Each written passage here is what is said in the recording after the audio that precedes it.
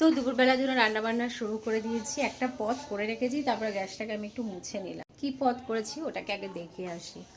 আজকে করলাম প্রথমে ডিমের ঝোল, কারণ বড়মশাই কালকে খেতে চেয়েছিল, তো ওই জন্য ডিমের ঝোলটা করে গ্যাসটাকে পুরো মুছে নিয়েছি। এই যে এখানে আছে ডিমের ঝোল, পাতলা পাতলা ডিমের ঝোল। এটা রাত্রিবেলায় খাবে বড়মশাই। এখন ঢেকে রাখি, তারপর ঠান্ডা হলে ফ্রিজে তুলে দেবো। আর আমি আজকে একটু খিচুড়ি খেতে ইচ্ছা হচ্ছে। আজকে চারিদিকে পুজো টুজো চলছে, কৌশিকী অমাবস্যা।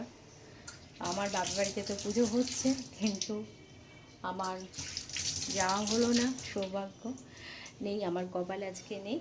তো ওই জন্য খিচুড়ি খেতে ইচ্ছা হচ্ছে বলে দেখো, পটল, অনেকগুলো পটল কেটে নিয়েছি, বেগুন কেটে নিয়েছি, এগুলোকে ভাজবো।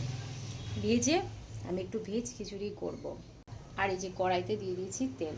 তো বেগুনটাকে আগেই ছেড়ে দিই, আর কারণ বেগুনটা ফ্রাই হয়ে গেলে তারপর পটলগুলো করবো। আর পটলগুলো দিলে না কালো হয়ে যাবে, ওই জন্য বেগুনটা আগে হয়ে যাক তারপর।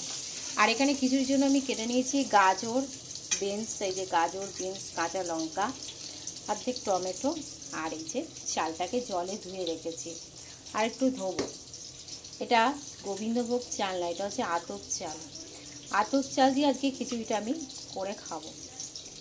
আর এই হচ্ছে ব্যাপার, একটু দেরি করেই বসালাম যাতে গরম গরম থাকবে, আমি খেতে পারবো। আর গ্যাস ট্যাসগুলো সব মুছে নিয়েছি।